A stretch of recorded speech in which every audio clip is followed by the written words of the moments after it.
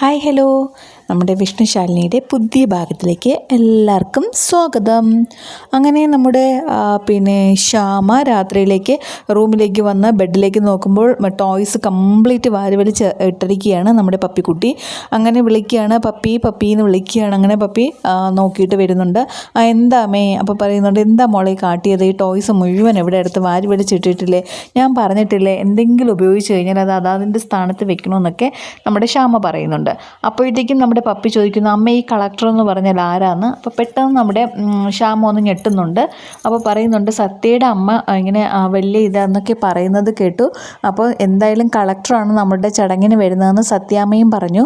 അതുകൊണ്ട് അതൊരു വലിയ ഫംഗ്ഷൻ എന്നല്ലേ പറഞ്ഞത്. അപ്പോൾ പിന്നെ അതെന്താ അമ്മയെന്നൊക്കെ വലിയ കൊഞ്ചലോട് കൂടി കുഞ്ഞ് ചോദിക്കുകയാണ്. എന്നിട്ട് പറയുകയാണ്, അമ്മയ്ക്കും കൂടി കളക്ടർ ആയിക്കൂടെയെന്ന്.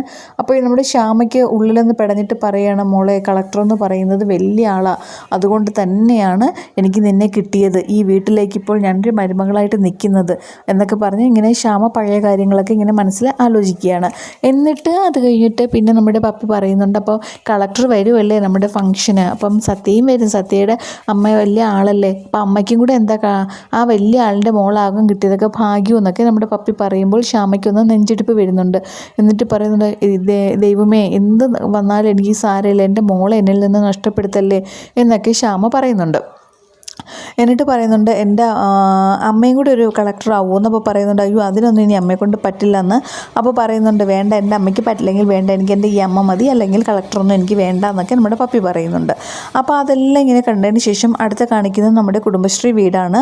അവിടെ കുടുംബശ്രീ വീട്ടിൽ നമ്മുടെ ശാരദാമ്മയും ശാരദാമ്മയുടെ ഭർത്താവുമായിട്ട് ഇങ്ങനെ സംസാരിച്ചുകൊണ്ടിരിക്കുമ്പോൾ പറയുന്നുണ്ട്, റെക്കമെൻഡേഷനൊന്നും അല്ലല്ലോ, പിന്നെ എന്തുകൊണ്ട് നിനക്ക് ധൈര്യമായിട്ട് ശാലിനി അറിയിക്കാമല്ലോ എന്നൊക്കെ അദ്ദേഹം പറയുന്നുണ്ട്. അപ്പോഴത്തേക്കും നമ്മുടെ ശാരദാമ്മ പറയുന്നുണ്ട്, അത് ഞാൻ ഇതുവരെ അങ്ങനെയൊന്നും പറഞ്ഞിട്ടില്ല, അതുകൊണ്ട് എനിക്കൊരു വല്ലായികയാണ് എന്നൊക്കെ ഇങ്ങനെ നമ്മുടെ ശാരദാമ്മ പറയുന്നുണ്ട്.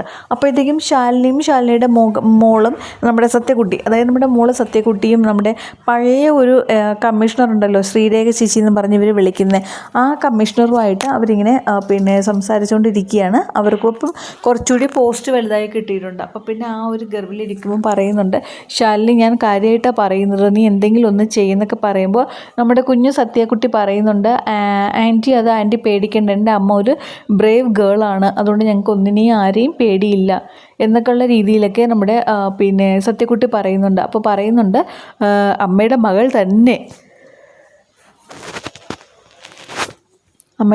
തന്നെ, അതിൽ യാതൊരു മാറ്റവും ഇല്ല, അമ്മയെപ്പോലത്തെ അതേ ബോൾഡ് മോക്കം ഉണ്ടല്ലോ എന്നൊക്കെ നമ്മുടെ ശ്രീരേഖ ചേച്ചി പറയുന്നുണ്ട്. അപ്പോൾ എന്നിട്ട് അതിന് ശേഷം പറയുന്നുണ്ട്, ശാലിനി നീ ഒന്ന് സൂക്ഷിക്കണം, ഒറീസയിലും മറ്റ് സംസ്ഥാനങ്ങളിലൊക്കെ നീ അവിടെ ഇരുന്ന് കളക്ടർ പോസ്റ്റിലിരുന്നപ്പോൾ ഒത്തിരി പേര് നിനക്ക് ശത്രുക്കളായിട്ടുണ്ട്, അപ്പോൾ അവിടെ നിന്ന് ഒത്തിരി പേര് ഇവിടെ ഇങ്ങോട്ട് വന്നിട്ടുണ്ടെന്നൊക്കെ കേൾക്കുന്നുണ്ട്, അപ്പോൾ അതുകൊണ്ട് നീ എന്തായാലും ഒന്ന് സൂക്ഷിക്കണമെന്ന് പറയുമ്പോൾ ശാലിനി പറയുന്നുണ്ട്, ചേച്ചിക്ക് പോകാൻ ധൃതിയില്ലെങ്കിൽ എനിക്ക് കുറച്ച് കാര്യങ്ങൾ പറയാനുണ്ടെന്ന്, കുറച്ച് കാര്യങ്ങൾ എനിക്ക് സീക്രട്ടായിട്ട് കിട്ടിയതാണ്, അപ്പം കുറച്ച് തീവ്രവാദികളെക്കുറിച്ചുള്ള കാര്യങ്ങളാണെന്നൊക്കെ പറഞ്ഞ് നമ്മുടെ ശാലിനി കുറച്ച് സീക്രട്ടായിട്ട് കുറച്ച് കാര്യങ്ങളൊക്കെ ശ്രീരേഖയോട് പറയുന്നുണ്ട്.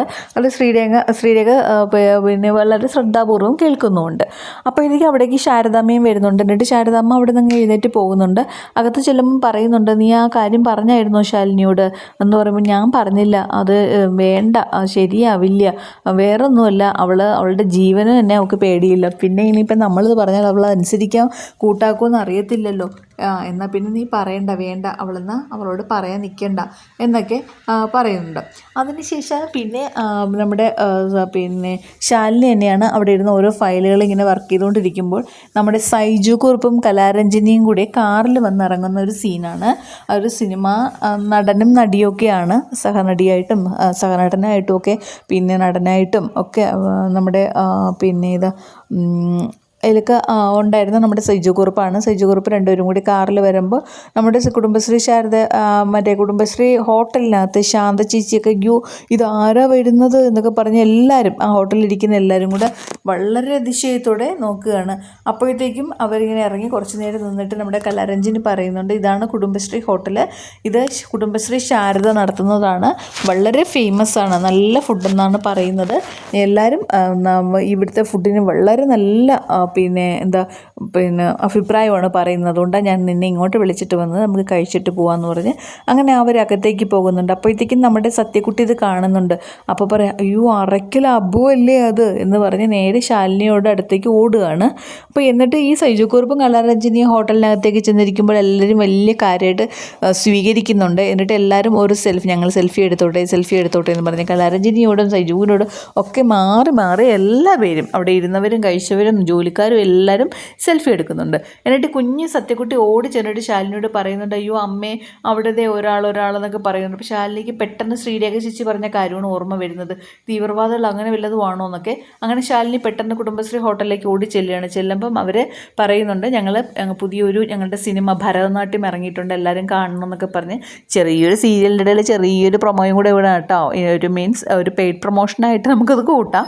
അപ്പോൾ അതും കൂടി കാണിക്കുന്നതിലേക്കായിട്ട് അങ്ങനെ സിനിമയുടെ ഒരു പിന്നെ ട്രെയിലറൊക്കെ കാണിക്കുന്നുണ്ട്, ഭരതനാട്യം. അപ്പോൾ എല്ലാവരും പറയും ഞങ്ങൾ കാണും, കൊള്ളാം, നല്ല ഫിലിമൊക്കെയാണ്, ട്രെയിലർ കണ്ടിട്ട് വളരെ ഇഷ്ടപ്പെട്ടു എന്നൊക്കെ പറയുന്നുണ്ട്. അപ്പോൾ അതൊക്കെ പറഞ്ഞാണ് ഇന്നത്തെ നമ്മുടെ ആ എപ്പിസോഡ് പൂർണ്ണമാവുന്നത്. അപ്പോൾ എല്ലാവരും എൻ്റെ ചാനൽ കാണണം, ലൈക്ക് തരണം, കമൻറ്റ് തരണം, സബ്സ്ക്രൈബും ചെയ്യണം. Okay, thank